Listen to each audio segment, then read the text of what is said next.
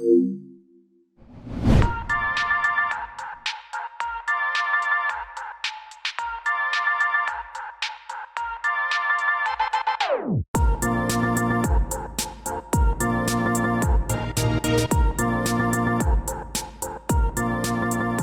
guys, welcome to episode 32 of Operation PlayStation, powered by Audio Technica. I'm one of your hosts, Dash, along with my co-host, Mr. Paul James. What is going on, Patch?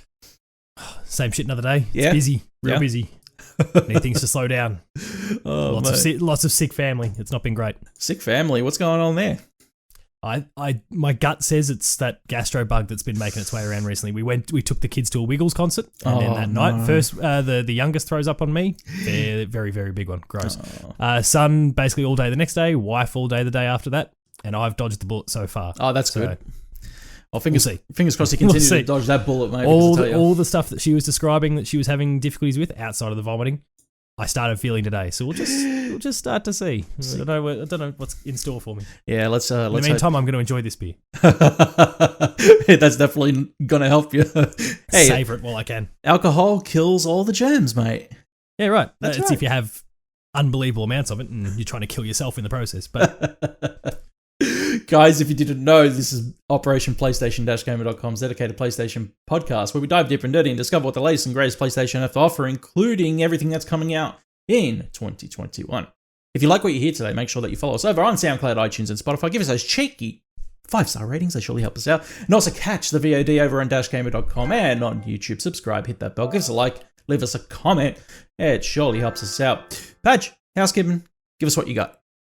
2 dev diaries, Lizzie Kane being the most recent guest. We spoke about that last time we ran an episode. It was a few days away at the time. And that's done really, really well. Really fascinating stories. So go check out that episode. And then the upcoming one, which I recorded just last night as we record this today, with John Cartwright, who is not necessarily a name that people would necessarily know that much about, but he's had a big hand in lots of titles back in the day. He also worked on Game Genie stuff back in the day. Oh, great. Like, officially working with Codemasters to work on Game Genie stuff, which was really, really fascinating. But like one of the key figures in discovering local product, D-Blob. Like they were just a little indie studio, but he found them and presented them to THQ. Really fascinating story that he's been a part of. So go check all that out. It's going up on the podcast feed on Thursday. I should also shout out that friend of the show, John O'Peck. I'm on putting in work with him same day. Go check that out on Thursday. Oh, look at that special. Yeah. So it's a bit dark and quite enlightening for a few people. So I'm not even gonna. I revealed a few things there. But in terms of other stuff, It Takes Two, the review I've been working on, it's been a fairly interrupted few weeks, so it's only just about to come out. I've got basically a paragraph to go as we record this tonight, so it'll be out in the next day or so. Yeah. And in the video space, lots of video now that I've got a capture card working again, temporary. Matto Phillips is one, and we've got our fancy ones only a day or so away, I'm sure. But lots of Player 2 plays there. We also put out a patched episode that links in with one of our big topics of discussion tonight that has just taken off on the internet. So go check out all that stuff on the Player 2 YouTube channel. Fantastic. Make sure you scan the QR code below, Padge, to also visit Dev Diary and give him a subscribe. Why not? Guys, for dashgamer.com, we've got a whole bunch of stuff. So by the time this goes live, our Shin Megami Tensei 3 Nocturne HD Remaster preview will be live thanks to the kind folk over at 5-Star Games. Resident Evil Village preview. Of course, everybody out there who got their hands on the demo this week will know. We got a little bit of an inside scoop on it, obviously with an extended preview and everything, so make sure you check out that preview. Wind Peaks review, thanks to the kind folk over at Actun Studios. Oddworld Soulstorm review, which was kindly a PlayStation Plus code was kindly provided by PlayStation Australia, to check that out. Outriders review, thanks to the kind folk over at Bandai Namco. Excellent game. Dash Game Podcast episode 26 with Mr. Drew Agnew is now live on feeds. And an opinion piece from yours truly. Where is Tekken Cross Street Fighter? Where is Tekken Cross Street Fighter? It's not happening.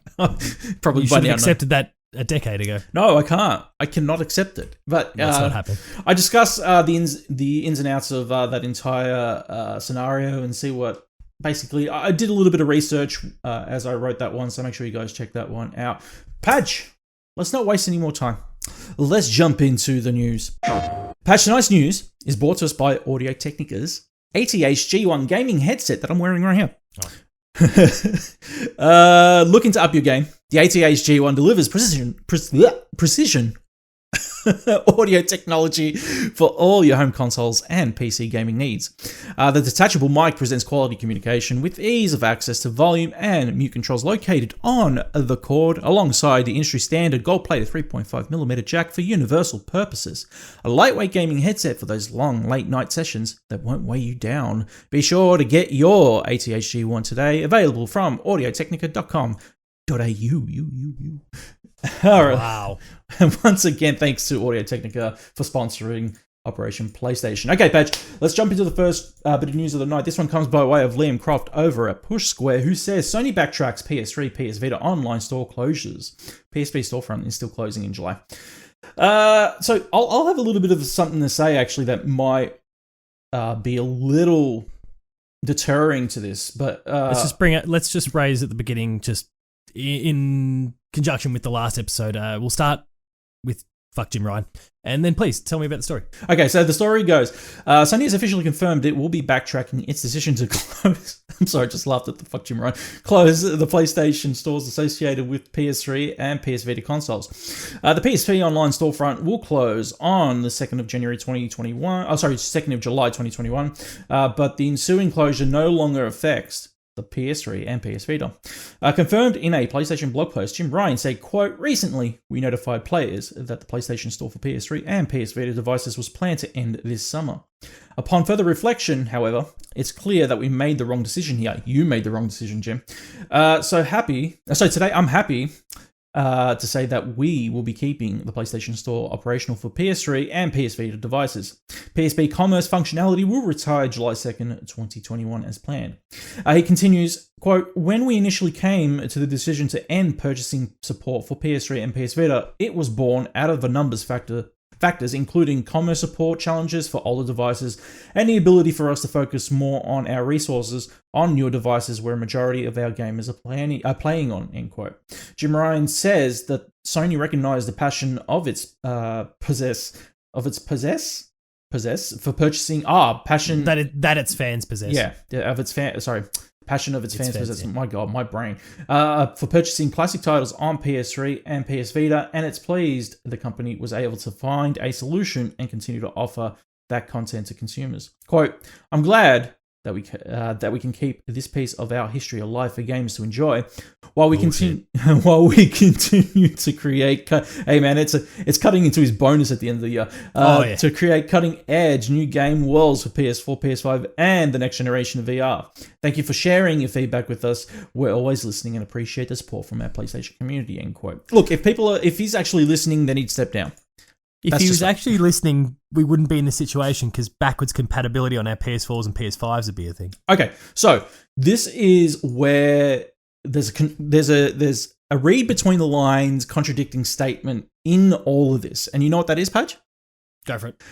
He doesn't mention specifically that people can submit new games to the PS Vita store. Yeah, so there's been a few tweets about that earlier today. Like Barry Johnson from Lily Mo Games, for example, / Colin Moriarty, because they kind of work together. They've been tweeting out a little bit today about the fact that they don't have clarity around that yet. And my gut says, yeah, okay, well, if the store's going to remain open, then of course you can submit new games. Mm-hmm. This is a very consumer-facing message. They don't need to put those finer details that relate to developers. You don't think that this is not going to be an issue? No, I don't think that'll be an issue. I mean, when you're posting something on the PlayStation blog, the nature of it is that it's designed for the consumer. And what consumers want to know and what consumers have ultimately been making a fuss about has been, I want to be able to download games and buy games and that sort of thing. There's obviously us, like the more educated on the whole thing that understand that there's other layers to that in terms of the developers and those who are still actively working on titles. But for the 99% of the consumers, it's more about just can I or can't I download or buy games. I tweeted out about the whole thing this morning when I woke up and saw the news, and it still gave me the shits a little bit because what's it been, about 2 weeks? I think. Well, we reported this on the last episode, so it's been about 2 weeks since this news was revealed, and panic buying ensued, and I was amongst that. I jumped on PS3 and Vita and just like things that I'll get to them eventually. I snapped up immediately, and cash is a little bit tight for me at the moment. Anyway, Are so you serious? You purchase stuff off the PlayStation Store and the PS3? Specifically Vita, but I was talking, no, on the PS3, I downloaded some old games. While I was in the bit of the mood, I started downloading some games I'd already bought just to get them on the hard drive ready to go in case I decide to go back to them at some point. But no, I was specifically buying some things on the Vita. And it's just like they've had 2 weeks to squeeze money out of people only to then turn around and go, it's okay. Don't worry about it. You can so now people have been throwing money at this thing. There might very well have been discounts at various other points. No one's going to get to benefit from that because they've all panic bought. Like it gives me the shits because they've kind of there's an optics thing that's certainly benefited them here. They've gone, oh look, it's like what Xbox has done a lot of when they the whole Xbox Live thing from 6 months ago, 12 months ago now, where they were going to up the price. And they swung around within 24 hours. Said, no, sorry, it was a mistake. Though it took longer, this is a similar sort of thing for PlayStation, where they've gone, no, sorry, we acknowledge we've made a mistake, and to kind of get out there and apologise and admit fault and that sort of thing is a good look for them. But don't ignore the fact that they've squeezed. Sure, it's not a massive amount to Sony, but they've squeezed clearly hundreds of thousands of dollars out of gamers across the world who've gone, shit, I need to download this and I need to buy this and I need to get that, and as they fill out their libraries before this shutdown, and then it didn't happen. That's a bit dodgy. I can't trust them. I can't. In terms of purchases for new games, in terms of submitting new games to the library on the PlayStation Vita, I can't trust them. And the reason being is because we look at this situation here, and yeah, fine, they've rectified the situation, but for how long? How long? Oh yeah, it's only a matter of time. I think it could be a year from now that they do it again, that they initiate this plan, and people will be like, "What the fuck?" And then the next year when they do it, it'll be like, "Look, we backflipped it. We gave you guys a year. That's enough. We're shutting down the servers. That's enough." Yeah. No, look, it is only a matter of time, and yeah, how many years they've added to the life of this thing remains to be seen. I want to believe, and I doubt it, but I want to believe that this thing now stays alive until there is some sort of backwards compatibility thing, and they'll go, okay, one off, one on. But that's probably not going to happen. I don't know. Fuck you, Jim Ryan. The next one comes by way of Imogen Mello over at the Gaming Bible, who says, PlayStation 5 semiconductor shortage could last at least until 2023. Now, we're not going to go too far into this because we've already covered this last week last time on Operation DGP. PlayStation. Oh, and no, we didn't really cover it. I might have covered it on DGP, but we've touched on the idea previously. Yeah, we have. That the semiconductor shortage is impacting PlayStation 5 at the moment, but the new bit of news that has come out of this entire thing is that it may last until 2023. Patch. That's look. It's difficult for all parties, and I mean like PlayStation, Xbox, and Nintendo, and Apple, and everyone else who's relying on these things, but. I mean, they're still selling out PlayStations left, right, and center. Xbox is kind of more or less the same. They're basically selling them out as fast as they can get them in. Nintendo's the same. Yeah, but it's different, Patch, because the natural demand is going to cause these issues for people anyway. No, it's not a natural demand because fine. In a way, it is a natural demand, but there's also some parts of it that there is a shortage. It's a shortage that's happening right now. And for its demand, they're not meeting demand. And that's an issue right now.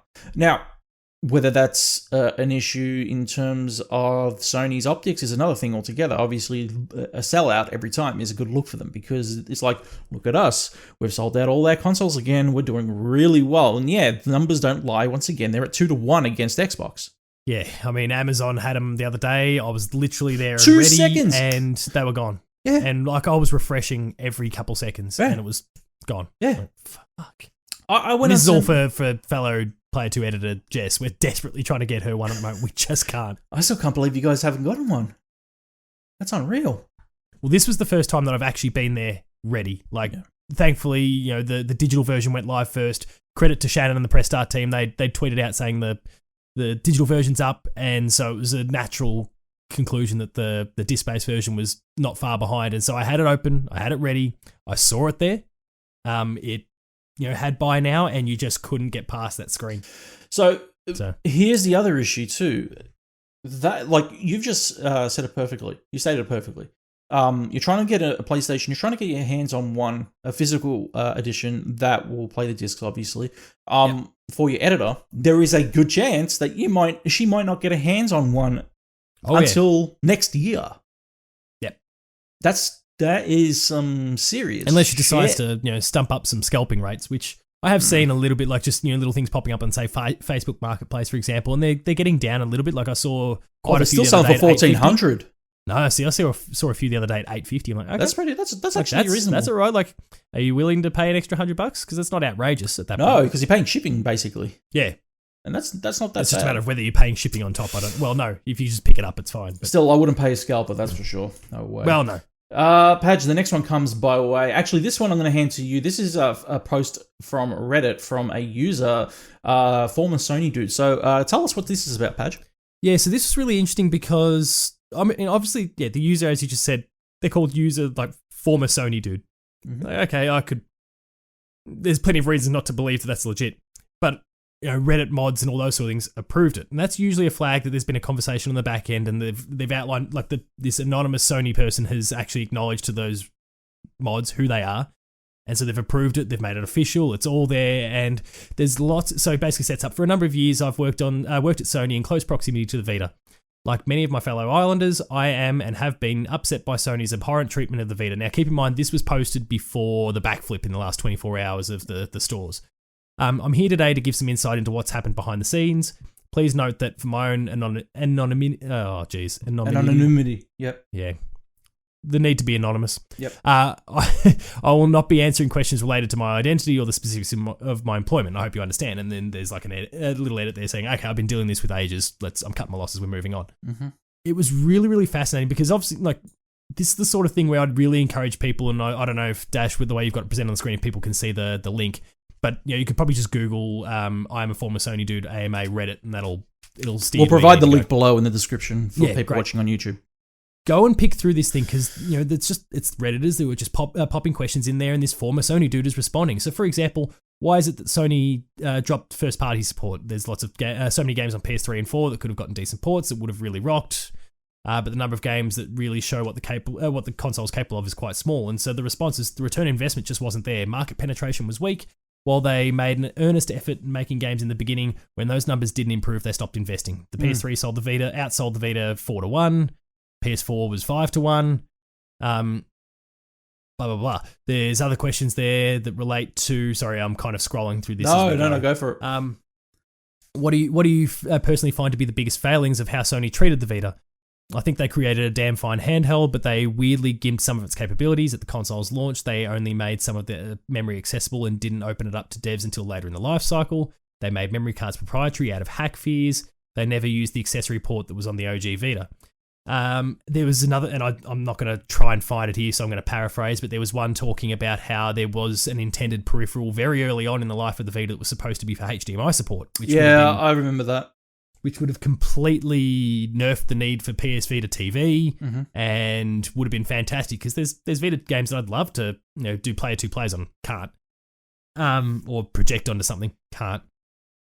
But there's some really, really interesting things in there. So any other behind the scenes info on Sony's opinions on the Vita would be interesting. So killing the Vita had been on the cards since 2016 or 17. I'd wager that both the store shutdown and nixing of sales ability are steps to get people off the platform, just as cessation of manufacturing carts and consoles. Sony views the Vita as a failure. It missed pretty much every sales target they had for a for-profit business. That's about as bad as it gets. They were content with the small stream of passive income, but when the firmware was broken, they were just nailing the coffin. And that's one of the really important things that gets hit on in some of the other comments is the fact that ultimately, for all their best efforts, the console did get jailbroken, and that was the big. We need to shut it down.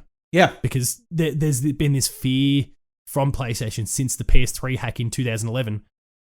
They don't want a repeat of that, and so as soon as the thing was jailbroken, that's it. We abandon this system. Throw it to the wolves, and that's when that's in sync with when, say, like Killzone Mercenaries came out. That's basically the last official Sony title there.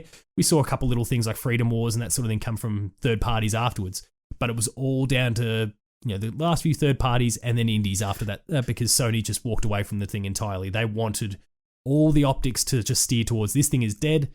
we're not supporting it, move on, so that they'd minimize the potential collateral and they didn't have a PSP situation where people were just hacking the shit out of it. Well, that's the thing. Like, it was around that time period where the Vita was coming out, but it was obviously late into its development cycle when the whole PlayStation 3 jailbreak scene was at its peak, really. And people, like, there were people that were able to hack into the infrastructure using a PlayStation. They were able to find out, they were basically able to dissect and backtrack how to get into PlayStation's infrastructure and basically steal all this information. And they didn't want to repeat that. And that's fair. I don't blame them in that respect, but there's probably other ways to do it than just give up on a whole platform. Right, and that's the other issue too, is that they gave up. They didn't have they had the hardware, they didn't have the ideas to execute great first party titles at the time. One of the things that in my eyes was kind of a really big deciding factor in the Vita's future was kind of the touchpad, so the rear touchpad. So there was a question about that said, what feature of the Vita was the most underutilized or misunderstood? The touchpad. And so former Sony did respond saying, I feel kind of conflicted here. On one hand, it feels like there was a feature bloat for the core gaming crowd, but on the other hand, there was certainly a lot of cool stuff you could do with it, as Tearaway proved. I think one of the most underutilized may be the microphone, simply because people forget it's there. I remember hearing so much random shit from people who didn't mute their mics in Vita multiplayer's heyday.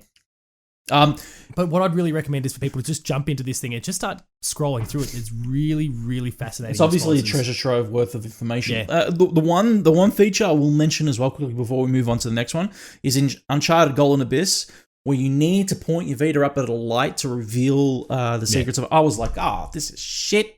I've got more on that game later in the episode. Here's an interesting one because it was kind of discussed a little bit. I heard somewhere that Sony was going to put a BioShock game on the Vita. Now we know about that. Ken Levine got out during a conference at one point and spoke about it. Was this true, or did they run out of time, or what? And so the former Sony dude responded saying, yes, that was real, but negotiations between Sony and 2K collapsed. I wasn't privy to the full details. Then Irrational Games collapsed and it went by the wayside altogether. So it wasn't that Ken and the team couldn't necessarily nut out what the game was going to be. It's that negotiations between the two parties collapsed on that one. All right, speaking about Ben Studios, Paj, the next one comes by way of Sammy Barker over at Push Square, and I think we all know what this one is. Days Gone 2, not given the green light. Tony Bend working on something new. He goes on, Days Gone 2 was not given the green light when pitched to Sony, according to a Bloomberg report. Despite the original game being successful and ultimately profitable, the Japanese giant pointed to the lukewarm critical reception and lengthy development cycle as a reason to skip on the sequel, which ultimately led to the departure of key creative leads, including longtime writer John Garvin. Not totally true, but yeah. Yeah. The studio is currently working on a new game, although it's had to fight for the opportunity, it seems. According to the article by respected journalist Jason Schreier. Your mate. Yeah. Once it was great reporting. It actually was a really good article. Reporting. Yeah. One team was assigned to help Naughty Dog with the multiplayer game, which is presumably the upcoming Last of Us Faction spin-off we know is in development. Another team apparently was set to work on a new Uncharted game, surprise, which is apparently also in development at Naughty Dog. Worried that they may eventually be absorbed into the Juggernaut studio, Sony Bend fought to work on its own project, and has since taken off the Uncharted game, as recently as last month, and given the opportunity to make something new. Exactly what that entails remains unclear. Now, you guys over on Patched this week talked about how Naughty Dog was actually impacting first-party studio development over at PlayStation Studios, at the moment.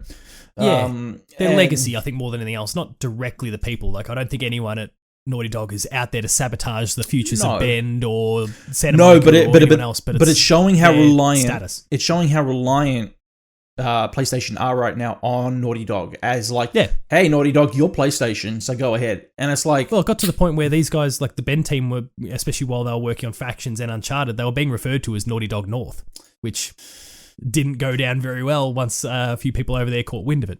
Yeah. So, Padge, I'm going to start this by saying this is something that for me personally, I've droned on about Days Gone and how my dissatisfaction of the title altogether. I think it is a messy game. Don't get me wrong. Like there are a lot of things about it that are good. but it was not up to par with what PlayStation were outputting at the time. And Yeah. you know, like I mentioned this in the past, myself and Buddy, when we were doing Dash Culture, we're planning to do a Days Gone special. We cancelled it because the game was awful. Like, it was a broken mess at the beginning, and I was, fortunate enough like you to get a code and was playing it weeks before it came out. Yeah. And I mean, sorry to any PlayStation marketing and PR people listening here, but you should not have been sending that game to us as early as you did. Like, I really feel like marketing did that game a disservice, massive disservice. Yeah. Because it just wasn't, not because of anything Ben had done, and listening to recent interviews with John Garvin and Jeff Ross that David Jaffe's been holding in the last couple of weekends, they were talking about how like all their testing, like they lots of focus testing, lots of QA, the mock reviews and all those sort of things, everything was coming up roses for them. That the very last round of kind of mock reviews that they got, the game was getting 9s. And then there's a disparity there. Something not right. Something was not being identified when it came to all the bugs and all those sorts of things. And so, what hardware were they playing it on? Were they playing it on retail hardware? I mean, I have no idea in that regard, but nobody will know. That's just not outlined. I mean, if someone had asked, maybe someone did ask in the kind of chat things afterwards. I didn't kind of stick it out for the entire thing because it's a David Jaffe thing. He goes for hours. Like, it was like they're both of them like 4 hours. That's great, Jaffe, but you need he needs to stipulate whether that game, when it was finalized going through QA, was played on retail hardware. Yeah. I don't know in that. They could have been playing on dev kits. They could have been playing the source material on PC. Yeah, there could have been a host of different things there, but yeah, I think marketing really kind of screwed the pooch a little bit by getting the game out as early as they did. Yeah. To reviewers, ultimately the release date was the release date, and the day one patch cleaned a lot of things up. But for anyone such as yourself, for example, who was playing it early, your mind was made up. Oh yeah. And I think I think you were wrong about it, but I can understand how you might still come to that conclusion because it was a really rocky start. If you were playing that thing before it came out, it was really, really rocky. It was a cyberpunk mess. And to be fair, I don't think it was quite that bad, but it took still quite some time. Similar to Cyberpunk, it took quite some time for them to get back on their game, to actually get up on its feet and to kind of wipe away that smear that had kind of gotten across it because of all this negativity about the initial state of the game.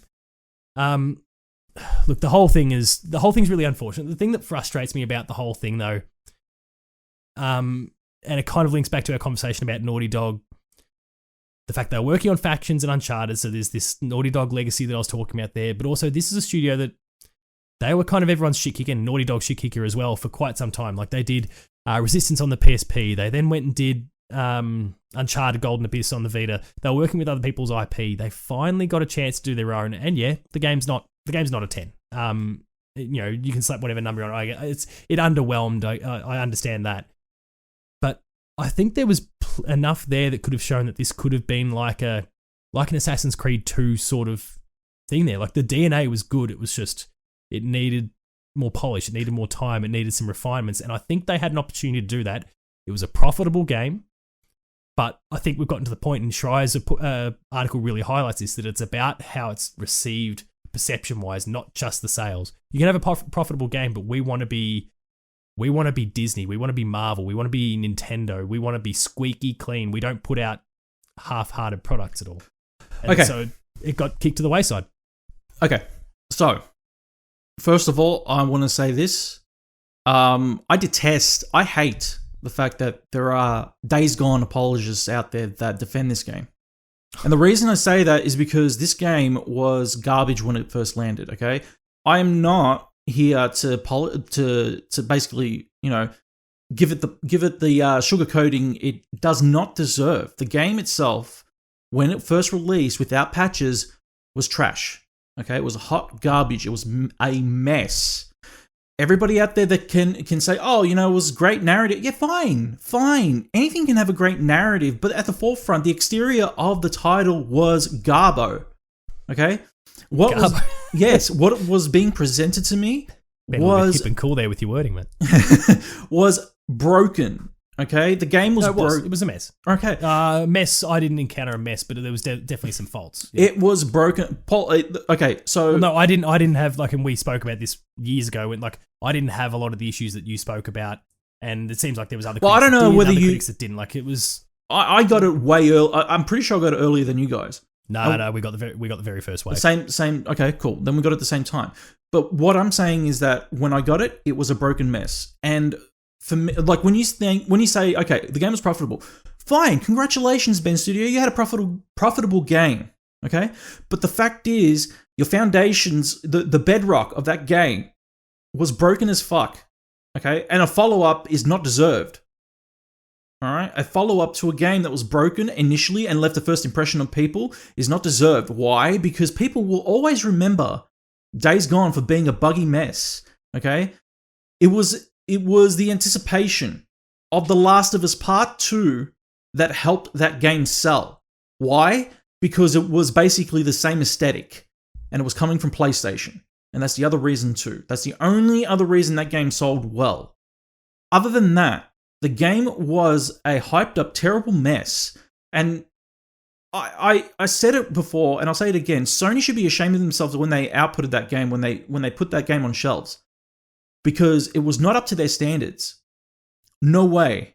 Well, no, and that's where I think the whole it's not getting a sequel thing comes into it, because yeah, it was profitable, but there's an optics thing around it. Okay, so the game's like a 7 out of 10. Well, we don't want to be associated, because that's the game was not a 7, Paul. No, but the game's sitting on a 71. So that's what people look at when they do their research into the game. I know you don't agree, but like ultimately that's where the critic side it's landed. And when someone goes, Days Gone, what's that? They go looking it up and they'll see a 71 there for it. So, and I'll be really interested to see what actually happens with the PC version when that comes out a couple of weeks from now. Yep. May 18 or something, I think. Yeah. So that'll be a really interesting one, because I presume it's not going to encounter the bug issues that launched it. It shouldn't. So we'll see what happens there, touch wood. Yeah. But they don't want to be associated with 7s. They want to be associated with 9s, probably nothing less than 8.5 or higher, really. Well, Sony wants... It's gotten to that point. And that's where I draw those comparisons to a Disney and something like that, where they want to be in that sort of air, that we're like the untouchables. And that's where... when was the last time Spider-Man comes in, God of War comes in, that sort of thing? And outside of Days Gone, hell, even Dreams is in there, despite the fact that it didn't sell. And look what's happening with Media Molecule at the moment. They're fine. The game didn't sell. It's clearly a financial loss for PlayStation there. Yeah. But why is Media Molecule okay? Because the game is perceived to be fantastic. Okay. And it is. It's amazing. And that's fine. But all those studios that you've just mentioned, right, have bought out titles that have met the PlayStation standard. Okay. Well, yeah, the seal of approval. To be fair, Resistance and Uncharted are both fantastic titles that they put out on the PSP and the Vita. They like their first big jump into kind of the modern day and returning to big boy consoles again. Yes, but they whiffed a little bit. Days Gone was built off the fundamentals of Uncharted Golden Abyss. Not a lot of people saw that, but I did. I definitely did. That framework is almost identical. If you go back and play Days Gone and play Golden Abyss, the way that the pacing works in those games, identical. Okay? And obviously, okay, fine. It's easy to implement that into, a third-person action-adventure title. It's the same thing. The same genre. Same category. And yeah, you're going to tweak it. You're going to modify it to make sure that it's distinguishable. It's different. But the thing is, at the same time, when you look at Days Gone, and then people are out here trying to get a fucking sequel out of this game. That petition's doing amazingly well. Just as a side note, I understand that it shouldn't tilt the needle one way or the other. No. PlayStation needs to be above that to make their own decisions based on the metrics that they've got. But just as a side note, that's astonishing how well that's going at the moment. Congratulations. There's never been a change.org petition that's worked. No, I know, I agree. And it shouldn't in this case. And that's not because it stays gone. Like, I would like to see a sequel, but I don't want the petition to do that, because PlayStation should be able to, and I guess they've kind of proven with the whole PS3 thing that they are capable of listening to the fans, but they should look at their data. Yeah. Look at what was presented, because they were obviously pitched on Days Gone 2, so they at least took the time to consider it. Mm. They looked at what was there, and they clearly weren't happy for whatever reason. I'm glad that I applaud them for, they've gone through their due diligence. Without seeing what the pitch was, it's very hard for me to comment. Like, I'm going to say I would have loved to have seen it, but I don't know what they showed. I know you would, because you're a mark for that one. Like, you love... No, I didn't. I still didn't love the game. I'm quick to point out there was flaws and the game was too long and that sort of thing, but I genuinely think, and to my point before, that this was the sort of franchise that could have done an Assassin's Creed 2 or an Uncharted, or maybe not Uncharted 2, because that's okay. unbelievably high. But, really substantial jump. Go from a 7s, which is where, say, Assassin's Creed 1 landed, to, let's say, even the 8s. PlayStation's happy with an 8s. Oh, look, 8's is still a good score. Yeah. Look, I congratulate the consumer base, the audience, for everybody who actually was able to... Passion is great. Was able to shift the opinion of Jim Ryan to reinstate the PlayStation 3 and Vita stores.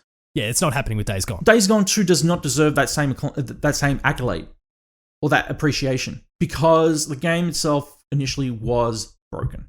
Okay? For me, regardless of whether Days Gone 2 is going to be a 10 out of 10 game sequel, whatever the fuck, it doesn't deserve it. It doesn't. The game was a broken mess. And for me, personally, the way I perceived that initially was when the game was revealed in the trailers, the game looked magnificent. And I thought to myself, man, that'll be a killer game to play. I played that game, and it was not a killer game. It killed my motivation to play it.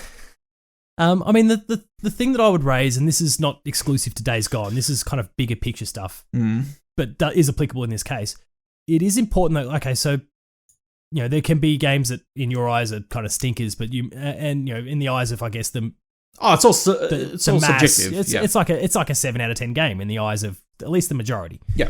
The overall, if you were to average it out. Well, the proof is in the pudding with Metacritic, yeah.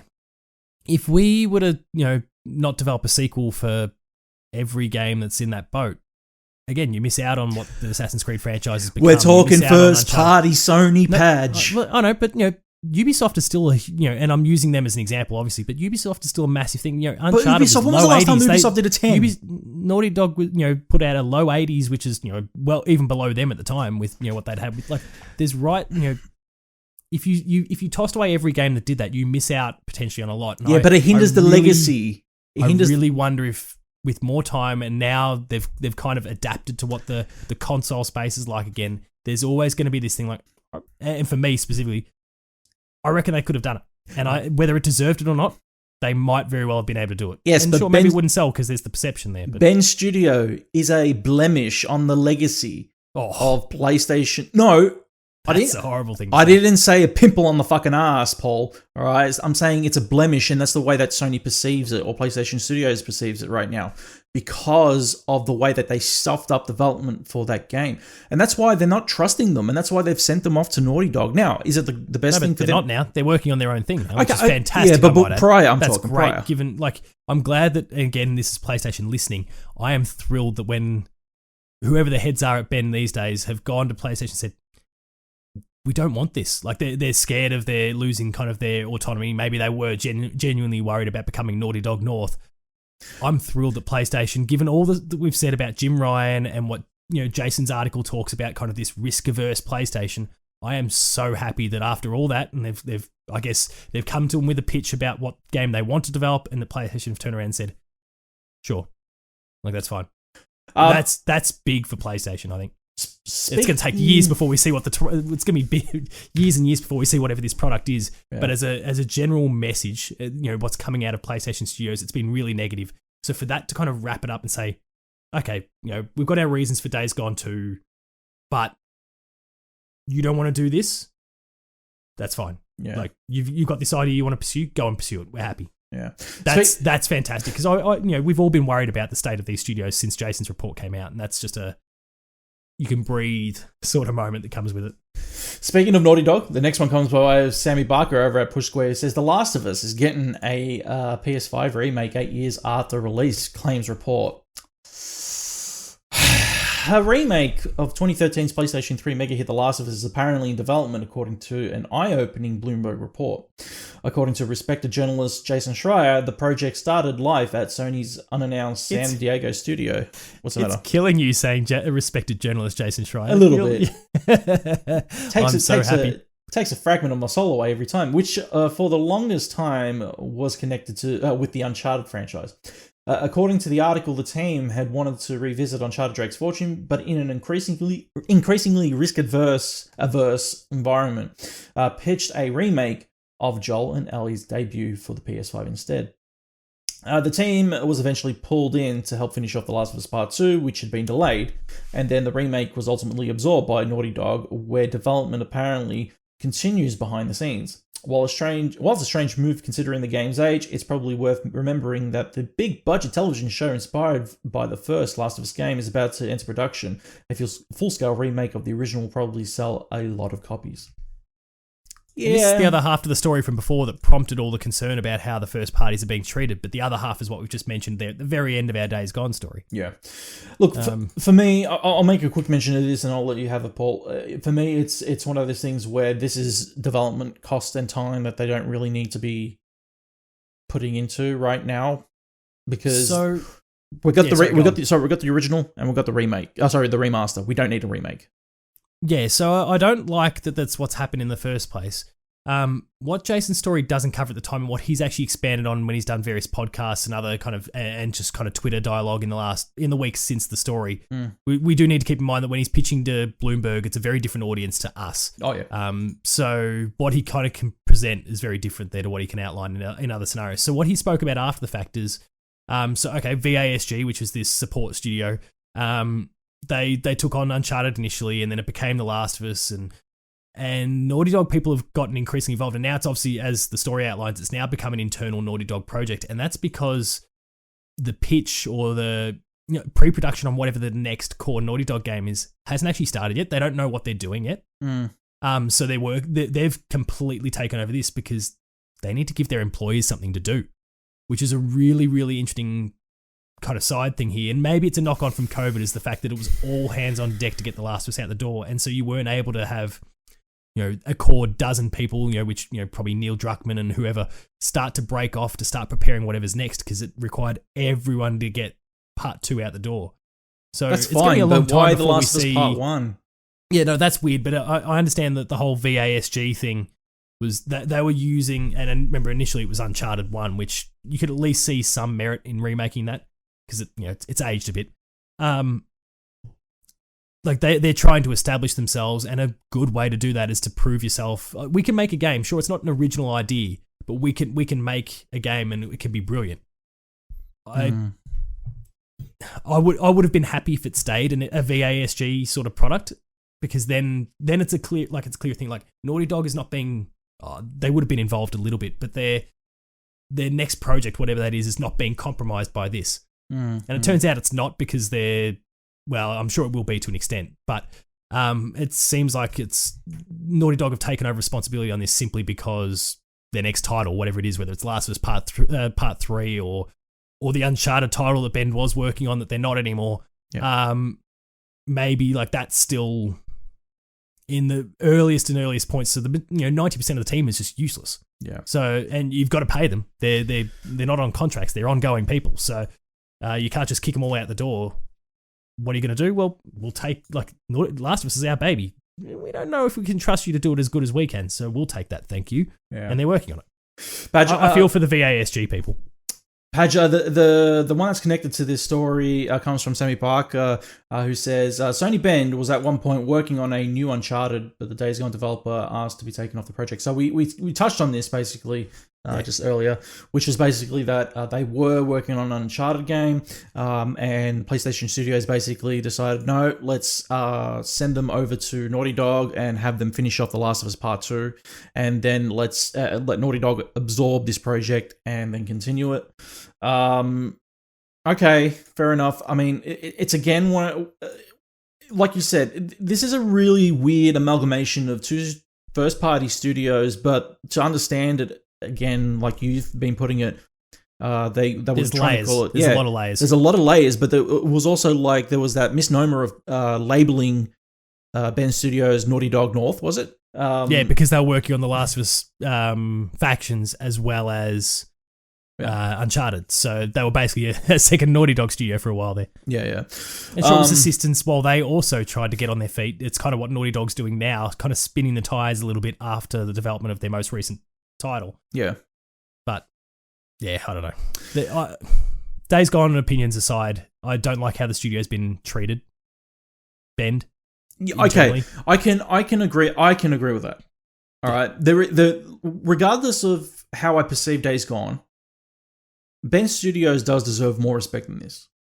Siphon Filter. Yep. Is huge and I beloved love still. Siphon Filter. And there's so many people still climbing over themselves at the thought of getting another one. To be fair, perfect opportunity with Metal Gear kind of in limbo. Yep. More on that shortly, maybe.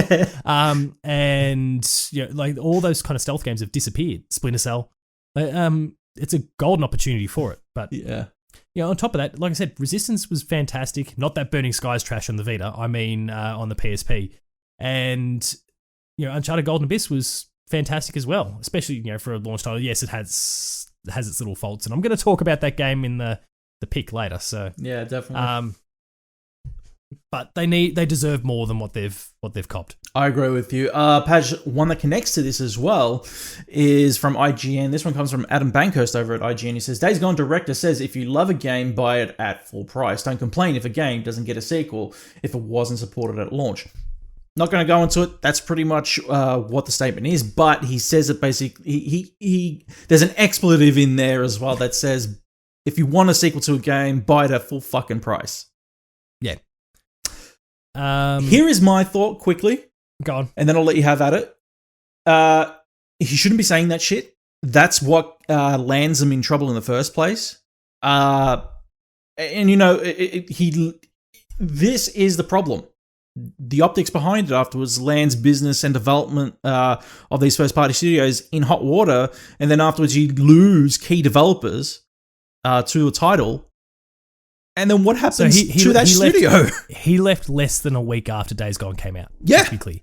I wonder why, Padge. But like it wasn't like Jeff Ross who left 12 months after he wasn't happy with the direction of the studio. John moved on straight away.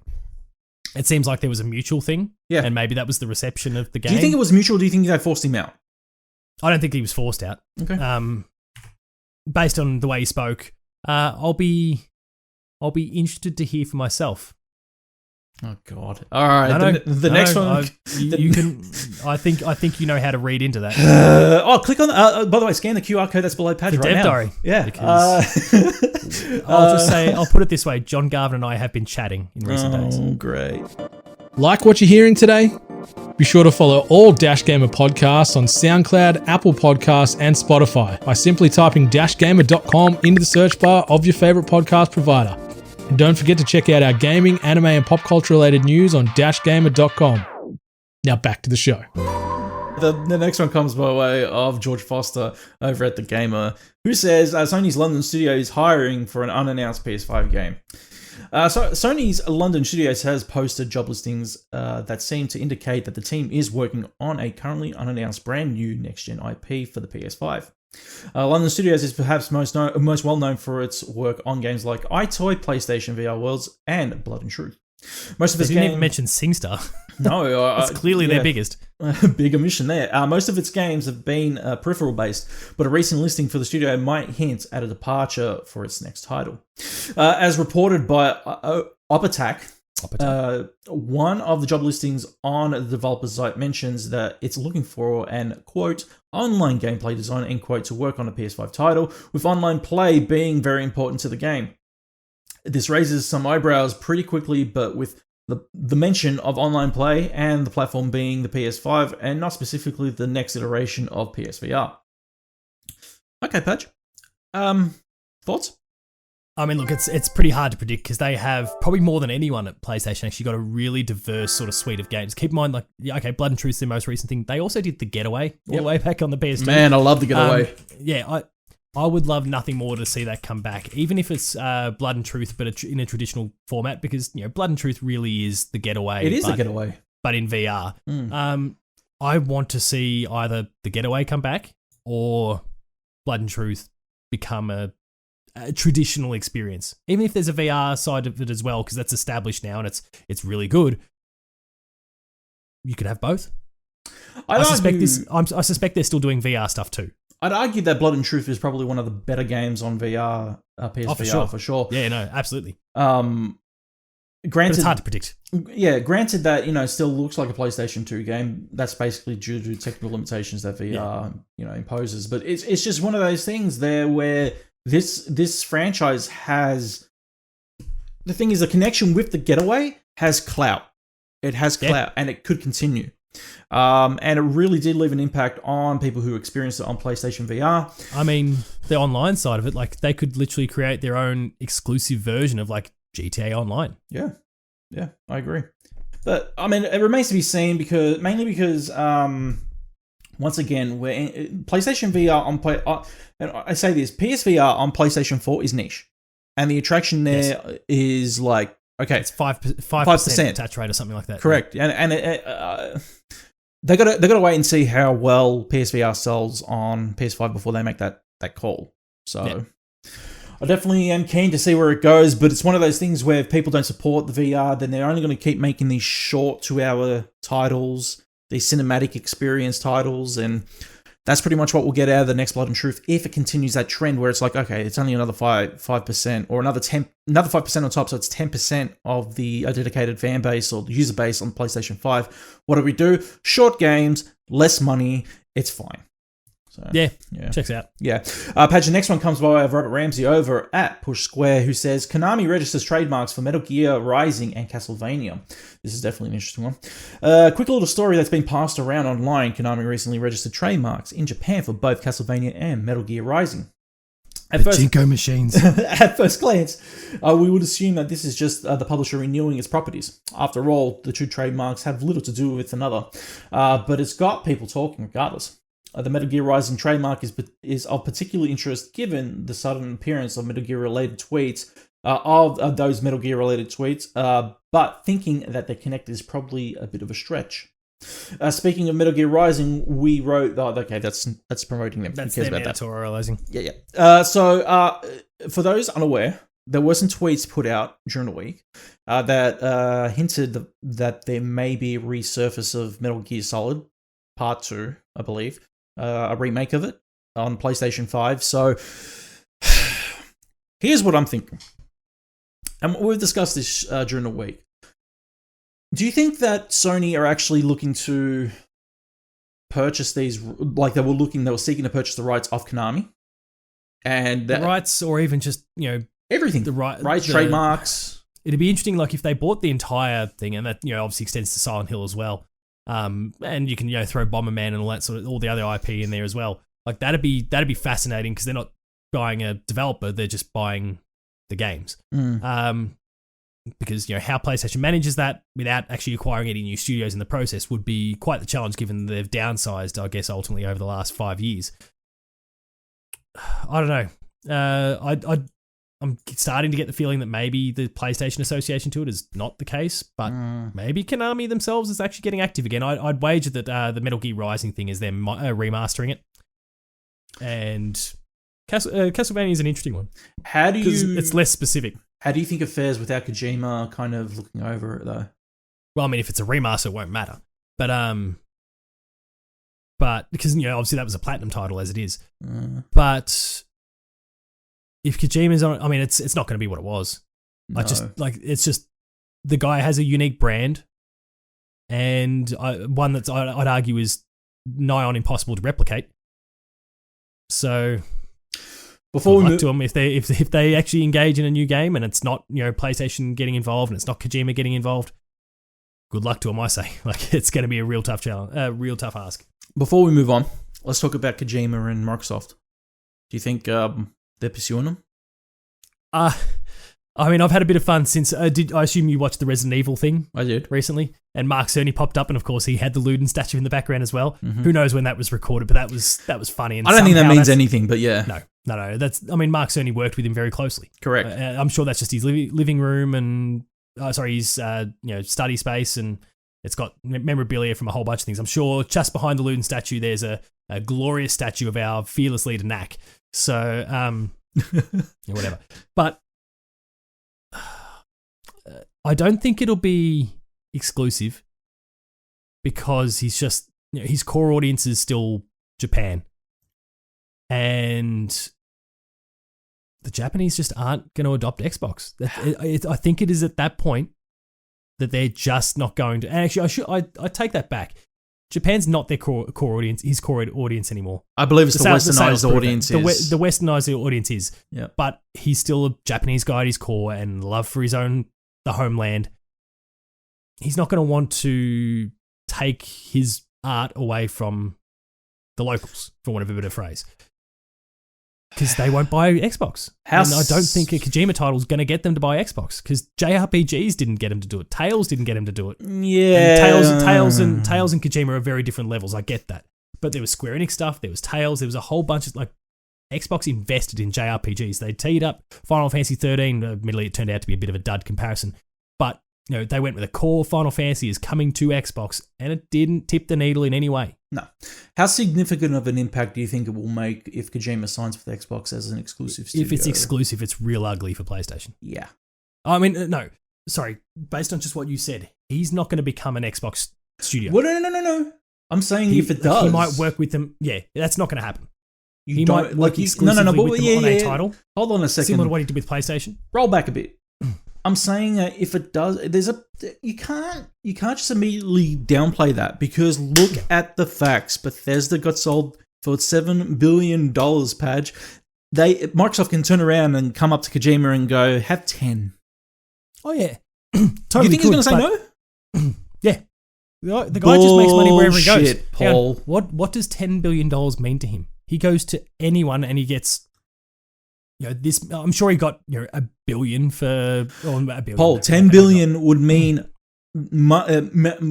it's a bigger resources for the bloke for Kojima's productions. But it doesn't achieve it doesn't help them, because they're still a project by project studio.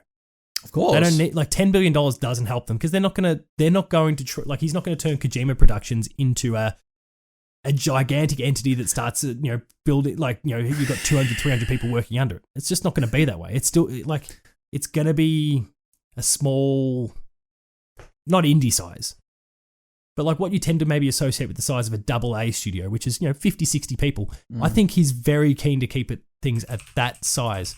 So $10 billion serves. I know you just obviously made that number up. Oh yeah. But Microsoft throwing billions achieves absolutely nothing for him. It's so I don't think he's going to be an exclusive Xbox, or like Kojima Productions isn't going to become an exclusive studio.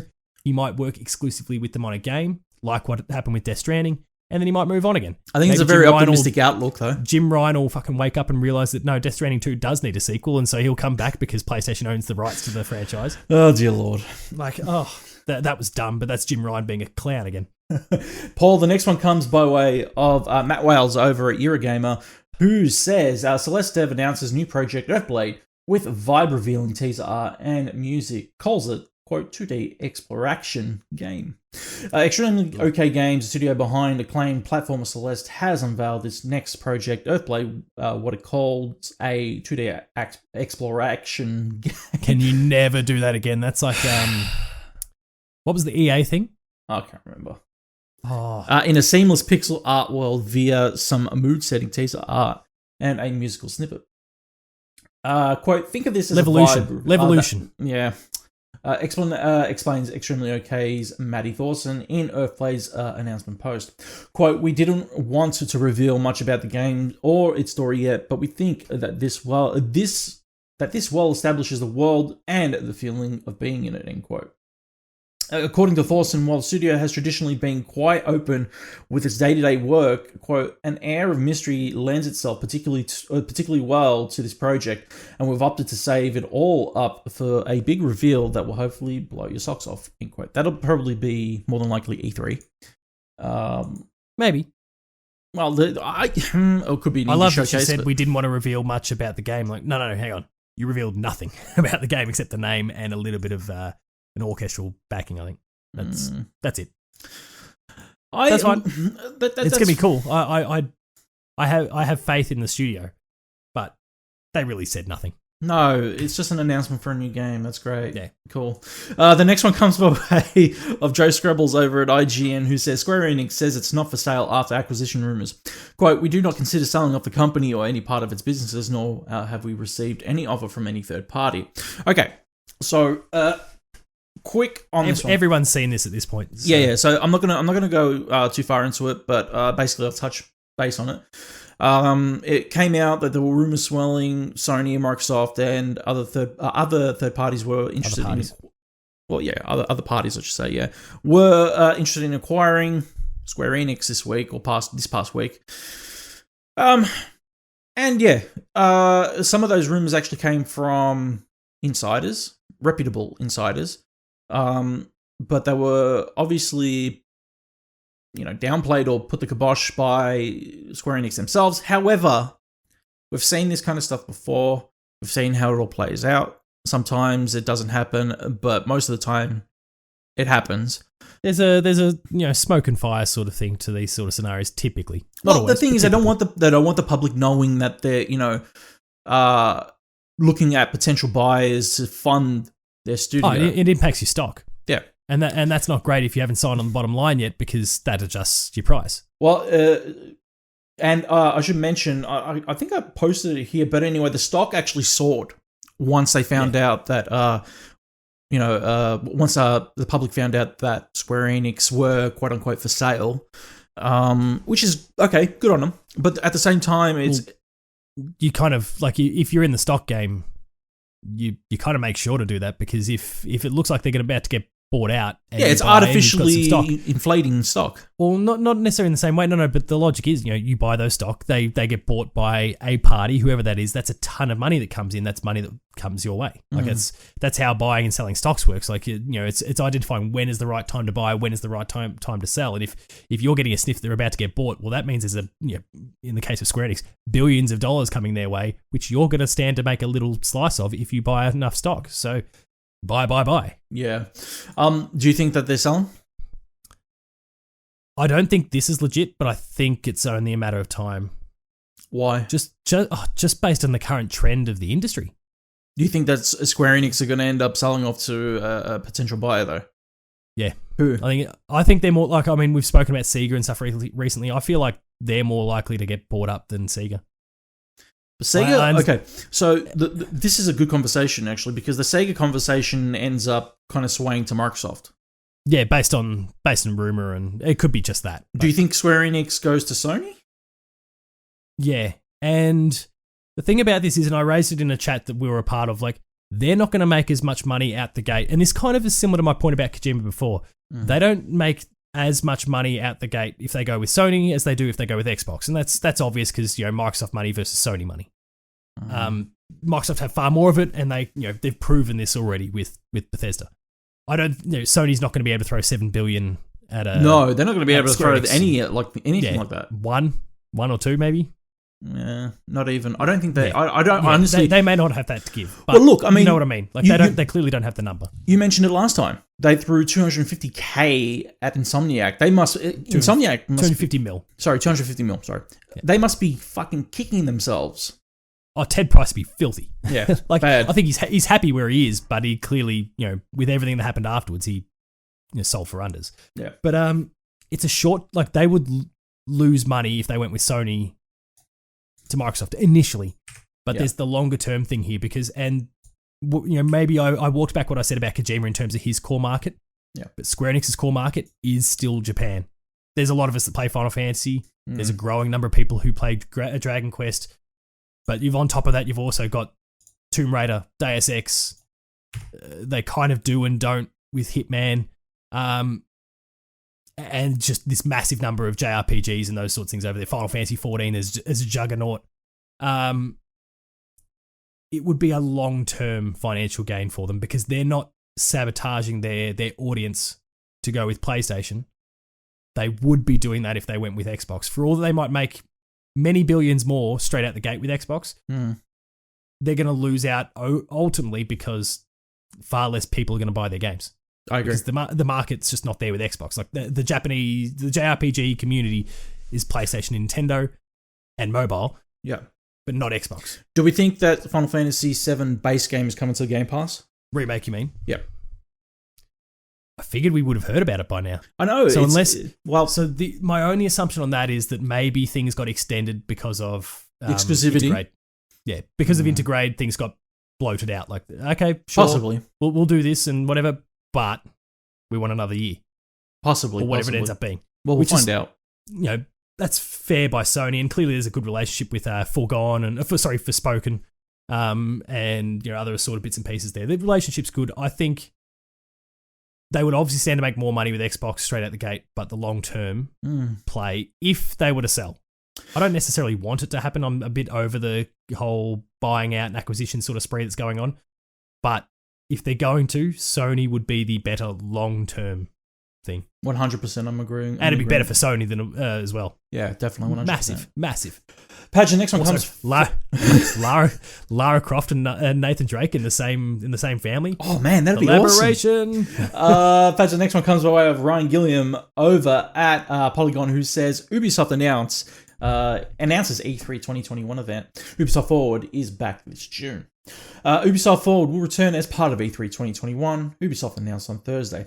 Like last year's event, Ubisoft Forward 2021 will be a digital press briefing and will showcase a variety of upcoming Ubisoft titles. The event will stream on Saturday, June 12th at 3 p.m. Eastern Daylight Savings Time in America. Ubisoft did not specify which games will appear at this year's Ubisoft Forward, but fans can likely expect new trailers for titles like Far Cry 6 and Riders Republic. Ubisoft will likely announce new content for its various ongoing games as well, like Rainbow Six Siege, Hyperscape, and The Division 2. It's possible that we will hear more about Ubisoft's massive new Star Wars title, which was announced in January. There could be a possibility there could be. Yeah, I don't think there's going to be any possibility of that. Put a line through that one. And even the Indiana Jones game is. Oh, sorry, not the Indiana. That's Bethesda. Sorry, I'm going to go confused there for a second. But the reason I wanted to talk about this is really E3. It's back this year. And I touched this on the DGP last week, that back at episode 10 of DGP, when you were regular there, that one of the mentions... Those were the days. One thing that we mentioned on that episode was that we missed E3 last year. Like, we hated the fact that they spread out all these events across the year. Obviously, with the pandemic raging and, plans kind of going out the window, they kind of had to play it by ear and see what they could do in terms of announcements and everything else, including the reveal of the PlayStation 5, which took them freaking forever. But regardless of that, this year we're getting an E3 week digital. Look, and this is the thing, Drew put it best on last week, which was the show floor doesn't affect us Aussies because we're not there, we're not present. Yeah.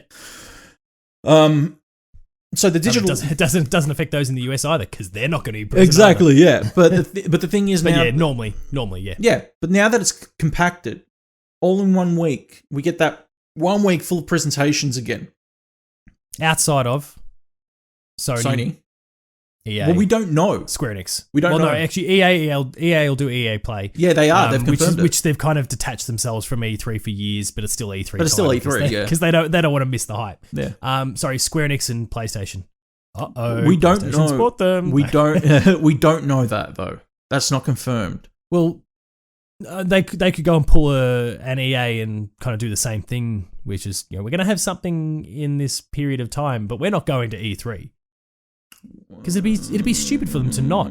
That's right. This is the time when the eyes of the world look towards games, and when E3 was actually at its peak and it was actually a physical thing, you'd get all the traditional media going there as well. Because June, Queen's birthday weekend, June is not that they care about the Queen's birthday, but for us it's the Queen's birthday. It's good. Weekend. It gives us an extra day. It's brilliant like that. It's really helpful in that respect. Not so great when you're trying to get a day off work and you need a medical cert for it. That's when the eyes of the world actually shift to games. It's dedicated spotlight, and so it's stupid for them to. Okay, sure, you're not going to attend E3. You don't want to be associated with it, but you kind of do. Like you're going to have a state of play. Yeah, why wouldn't you? We're going to see Horizon Forbidden West. We might learn a little bit about God of War, which won't be coming out this year. No. We'll learn about a whole bunch of other stuff. We'll see Gran Turismo 7 and get a reminder that it's not coming this year because they're hopeless. They're going to pop up. Square Enix, I'm not so sure about, simply because they kind of shot their load last year and they don't have that much up their sleeves at the moment, especially with Outriders already being out. If Sony don't pop up, who do you think takes out E3 this year? Like, making a prediction. I mean, you probably have to say Xbox, simply because they've now got their two publishers in one, and they've got a sniff of blood in the water. So you throw the kitchen sink at this thing. I know that they've kind of in recent years said, well, we don't want to show things that are too far out. Like we want to tighten that up a little bit, and because they've been a bit bloated over the journey as well. We want to diversify things because for years it was the Halo, Gears, and Forza Fable box. Now, obviously, Halo is coming out this year, so that's obviously going to be a staple of it. Fable's coming back, so it's probably going to be there. Forza is due to show up, but they've got so much else around that now with all the studios they've acquired, many of which they haven't shown, but Hellblade's obviously going to be there, you'd imagine, and all the Bethesda stuff. How could you not? Like, the only one that could possibly steal it off them, you would think, is Nintendo. Would be Nintendo. And Switch 4K. They have been incredibly quiet, so it's feasible. Switch 4K, But The Legend of Zelda Breath of the Wild Part 2. Yeah, and I mean, because Xbox usually goes first, and I assume that the old formula is probably still going to apply here, just be missing PlayStation. It means Nintendo's going to get the last word, with Sony being absent. So the takeaway might be Breath of the Wild 2, but if you look at if you stack them up at the end of the day, and assuming that PlayStation doesn't do a state of play of some sort for the sake of this argument, Xbox is, I think, the obvious one here. Yeah, because not only do they have their own stuff, not like as well as Bethesda, but all the third parties have to go to them. They can't go to PlayStation. PlayStation's not doing anything, so they can stack it. They can go for 15 hours like they did with that stupid indie thing that went 15 hours too long. Still fantastic titles, but took hours and hours and hours. The one they had like a month ago, and they'll actually be able to fill it with quality stuff this time. So feel free. Patch, the penultimate story of the night comes by way of Matt Purslow over at... It's all right, man. I can snip. By the way, for those who don't understand what I just said, I just snipped out a part of Padge's audio where he clinged his glass on his mic. Fantastic. This one comes by way of Matt Purslow over at IGN, who says Ghost of Tsushima developer working on a spectacular multiplayer game. New projects is in the works. Ghost of Tsushima developer Sucker Punch is working on a project that describes as a spectacular multiplayer game. The news arrives in the form of a job advertisement on Sucker Punch's job recruitment website. The developer is seeking multiplayer network programmer to join in Bellevue, Washington. Quote, our talented multiplayer designers create awesome game team experiences, and you'll be pivotal in bringing that creativity to life in a spectacular multiplayer game, reads the job description. You misleading bastards, IGN. We're talking about Legends 2, that's all. Look. And the interesting thing will be is whether Legends, like a sequel to Legends, which is clearly going to be a thing. It's going to be interesting to see whether that's baked into the Ghost of Tsushima 2 experience or whether that's standalone. This makes it sound like it might be standalone. Where is Infamous? Seriously. I mean, that was another thing that came out in the Vita thing, is that rumor, that was legit. Ben were working on one. Yeah. Look, not to be. Okay, fair enough. I know that Sucker Punch want to explore new IPs, new avenues and everything, but their legacy right now has been Infamous since they dropped Sly Cooper. Why have we not seen them return to Infamous? That is, like, I know that they creatively wanted to go a new direction. Yeah, the argument at the time was they don't really have anything more to say right now. And that, right now could still be applicable. Like, they might still be into that. Maybe there's, similar to what happened with Sanzaru, who obviously is off the market these days with Sly. Maybe there's a team out there that's working on it. They're concepting it, and it might get pitched to PlayStation in a similar way that Sly was, and we might see something that's not developed by Sucker Punch. Like, I'm like you. I want to see Infamous again. Yes, because they need to return. Spider-Man also kind of sucks some of the oxygen out a little bit because it's a known commodity versus an unknown commodity, or lesser known commodity. Who cares? Who cares? Let somebody do that. I agree. As someone who's really keen on Infamous, I wholeheartedly agree. And in fact, you could probably, PlayStation is the home for superhero games because, you've got, let's ignore the fact that the game's shit house, but you've got Marvel's Avengers with a Spider-Man exclusive on PlayStation. You've got Spider-Man, you've got Miles Morales, and you've got Infamous. Like, what superhero games does Xbox have? Crackdown? And is that even, you don't even really count that. So, no. They've got nothing in that respect. So there's something they could leverage there in kind of a marketing sort of way, but I don't see them doing it anytime soon, unfortunately. Padge, the final story of the night also comes by Matt Purslow over at IGN. Now, I'm not going to read the entire thing, only the header, because I'm going to kind of deviate. First major PS5 update available now, improves HDR and 120Hz support. It also adds external hard drive support. So basically, you can store your games on an external hard drive, not an SSD. What the fuck?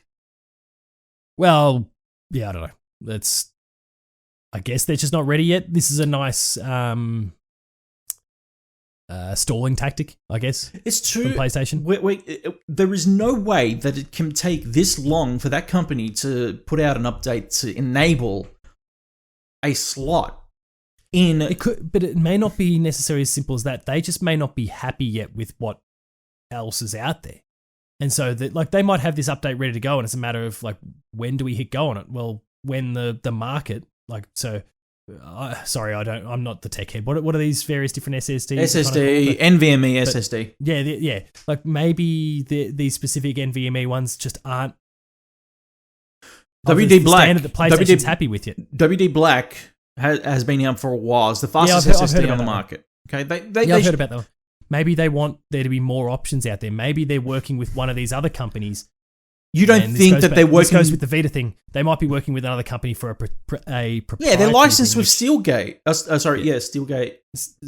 Seagate. They're licensed with Seagate to output hard drives. So what? They have to wait for Seagate to output a hard drive for them to enable it could be a business deal in that sense. It's stalling them. So the only way you can buy one is to buy a proprietary one. Maybe. That's fucked. No, I'm spitballing, but no, but you could be right too. I mean, Xbox. I'm pretty sure those expandable SSD things, don't they have the Seagate logos on them as well? I'm pretty sure they do. So the Xbox expandable ones are Seagate as well. The one you kind of plug and play. I'll tell you now.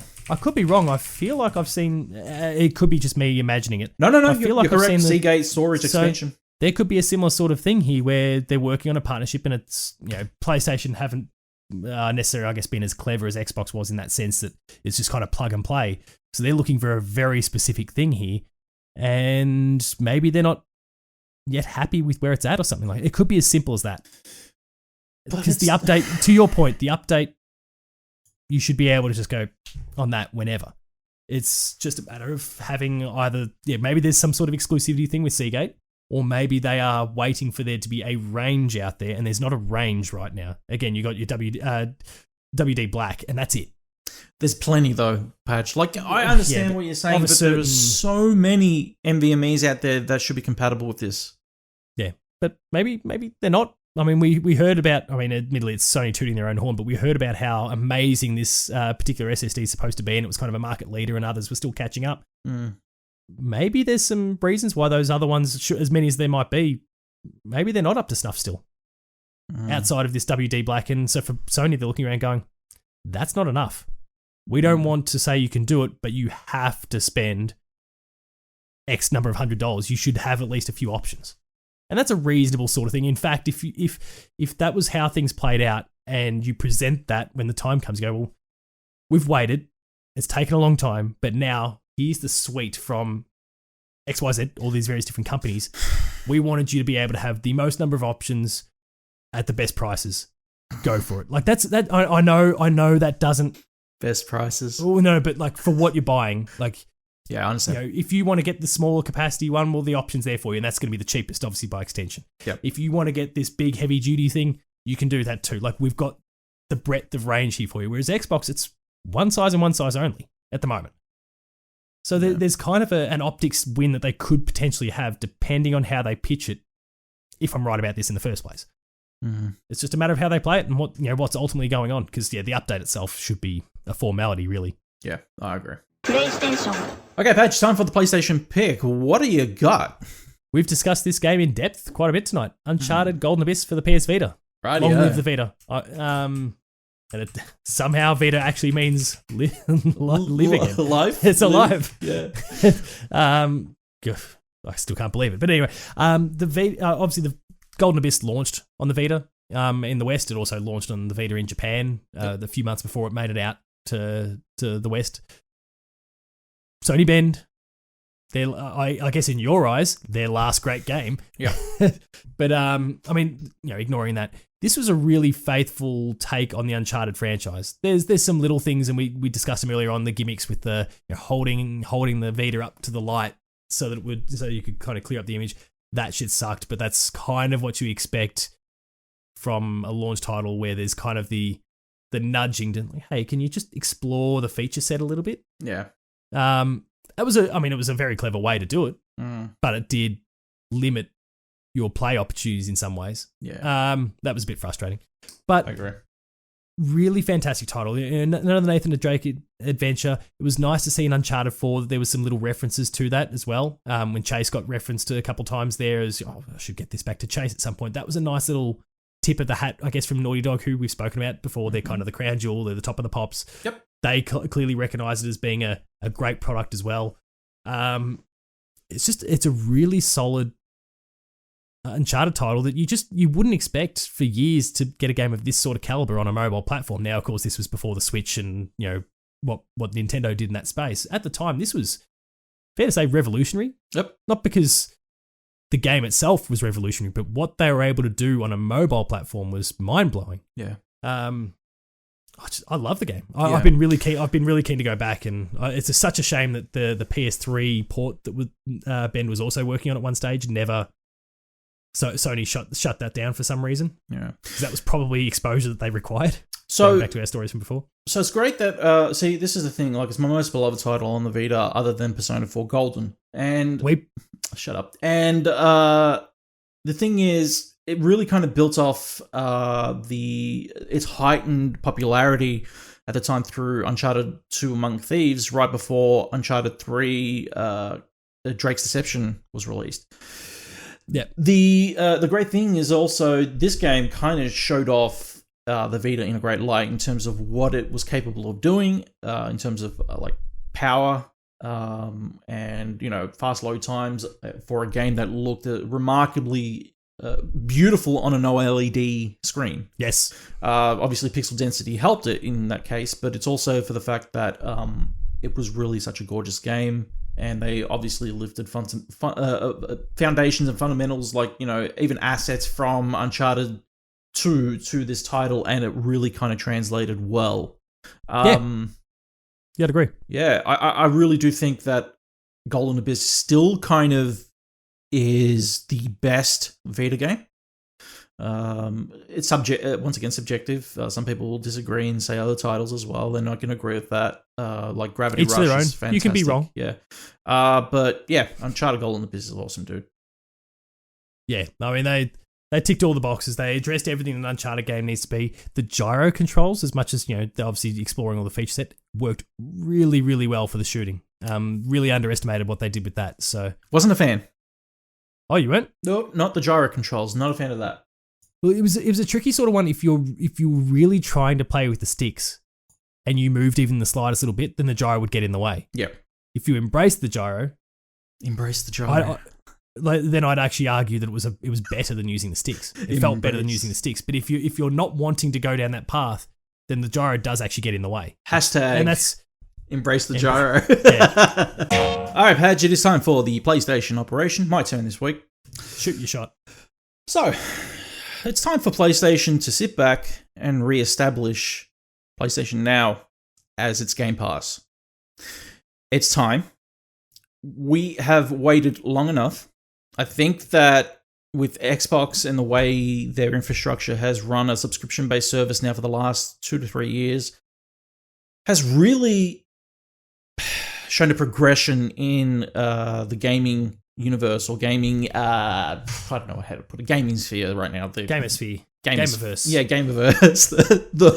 the Marvel Cinematic Universe. Yeah. So it's one of those things right now where the industry are really reliant, like in terms of, especially Xbox first party studios, they're reliant on the success of Game Pass. And now we're looking at, obviously, the acquisition. We bounce back to Bethesda and we look at that and they go, yeah, it's feasible. We got paid out $7 billion, of course, but it's feasible. We'll do what we want. That's right. But we'll pay them our money.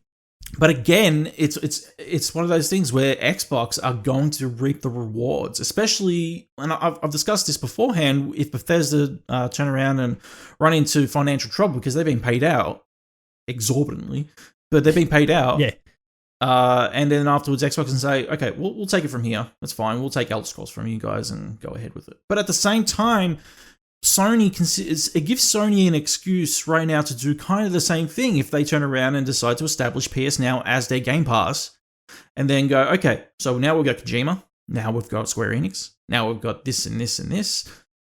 Let's go ahead and establish a baseline here for PS Now, or where it reinvigorates the actual service as a Game Pass subscription service. Like now, bring it to Australia, damn it. Right now, the fact that it's a streaming service for games is abysmal. Nobody... They want to justify that Gaikai purchase, and they've just got to...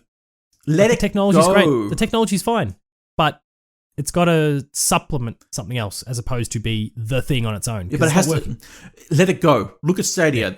Look at Stadia. That's what I mean. Like it's got to be a supplementary thing. It can't be the core idea, the core product. They can't... If you want to turn into a Game Pass service of sorts and want to offer streaming as a part of that, by all means, go for your life. Because if people want to do that, they'll do it. If they don't, they've still got the ability to download the game to their system and play it. And we got half a step there with the downloads of PS4 titles via PlayStation Now. But beyond that, the backwards compatibility with PS3 or earlier, and nothing for the PS5 yet. Like that's a weird one. If you get say a Spider-Man Miles Morales, for example, on PlayStation Now, you have to play the PS4 version, not the PS5 version. Real dumb. Yeah. I feel like you're onto something. I feel like they're already on this. There's a rebuild going on. Okay, fine. They may be already on this right in the beginning. We touched upon this last episode where Jim Ryan could easily turn around and say, fuck it. But he would. And that's the thing, he would. But the thing is, they have that service. They have that streaming service right now where they can stop. Like they can turn around and go, PlayStation Now shuts down December 31st, 2020 at midnight. We're switching it off. People are like, what the fuck? Yeah, what the fuck? Who cares? We're getting PS Now as a Game Pass subscription-based service. That's what people want. They want to be able to access those first-party PlayStation titles at great. Look, they can turn around and charge more if they want, to be honest, in Xbox, and people will still pay it. They'll be like, okay, it's $14.99 in the US, $19.99 in Australia per month. I mean, we know that it's only a matter of time before Game Pass goes up in price anyway. It's just not sustainable at that. No, not at $10. I suppose it is for Xbox, but there's no massive competition yet. As soon as there is, they'll go, well, we need to jack it up. Yeah, exactly. Well, we've already kind of seen that there's an inkling there, which you brought up just before with gold, with them trying to jack up the price of gold, but they kind of backtracked on that. They'll do it to Game Pass to make up cost. But the thing is. Sure. Right now, Sony can turn around and go, it's $20 Australian a month, and you get access to first party, brand new, a suite of third parties, and also like if you pay like an extra $5, you can get early editions, like is in 3 days before whatever. Yeah. So it's one of those things right now where it's not a dumb thing for Sony to look into. It's just that they have a dumb CEO. Look, I mean, I like slamming him. He has acknowledged that they are looking into a Game Pass equivalent. Whether that involves PlayStation Now or not remains to be seen. I can't trust him. As you're saying, like reworking the idea remains to be seen. Yeah. I can't trust him. Well, no, I don't trust him as far as I can throw him, but he said it, and that kind of creates a rod for your back to an extent. Yeah. All right, Patch, time for the drop this week. What do we got? Well, Xbox people get to enjoy MLB The Show 21 for the first time. Also on PlayStation if you want to pay full price. No, thanks. Mask Maker comes to PSVR. Can't say that I've heard about it, but April 20 as well as MLB. MotoGP 21, PS4, PS5, April 22nd. The Atelier Mysterious Trilogy Deluxe Pack is coming to the PS4 April 22nd. It's also, as I discovered from Max talking about it on For the Players this week, there's like a double pack. There's like various combinations of this thing. They're trying to take over the store themselves, this Atelier franchise, with their anime girls and boobs everywhere. Like it's far too much. Buildings Have Feelings 2 is coming to PS4 on April 22nd. One of the big ones, Nier Automata. Yes. Sorry, no, Nier Replicant. No, what am I talking about? Replicant, yeah. PS4 specifically, but of course compatible on your PS5 as well via backwards compatibility. April 23rd. Judgment is making the next gen jump to PS5 April 23rd, though I believe you can't get a free upgrade for this. You have to buy it. Yeah. Thanks, Sega. And Returnal, the big PS5 exclusive for the first third of the year. Returnal comes April 30. So get onto that. Housemarque are awesome. By the way, it's near replicant version 1.2. 69, 69, 420, 21. ... Or as Betzer puts it, near replicant version pi. Version pi, version 1.22, 69, 420, 21. Like it's far too much. Guys, but it's typical for them. If you didn't know, this is Operation PlayStation-Gamer.com's dedicated PlayStation podcast, where we dive deep and dirty and discover what the Follow Mr. Paul James on Twitter at Paul James Games. You can follow myself on Twitter at @DashGamer. Don't forget to follow the show over on SoundCloud, iTunes, and Spotify. Give us those cheeky 5-star ratings. They surely help us out. And also catch the VOD over on DashGamer.com and on YouTube. Subscribe. Hit that bell. Give us a like. Leave us a comment. Surely helps us out. Padge, killer episode. It was good. Yeah, man. Great discussion. And of course, I'll see you guys next week with Mr. Brendan White on the Dash Gamer podcast. I'll see Mr. Paul James in 2 weeks. And until then, this operation is complete.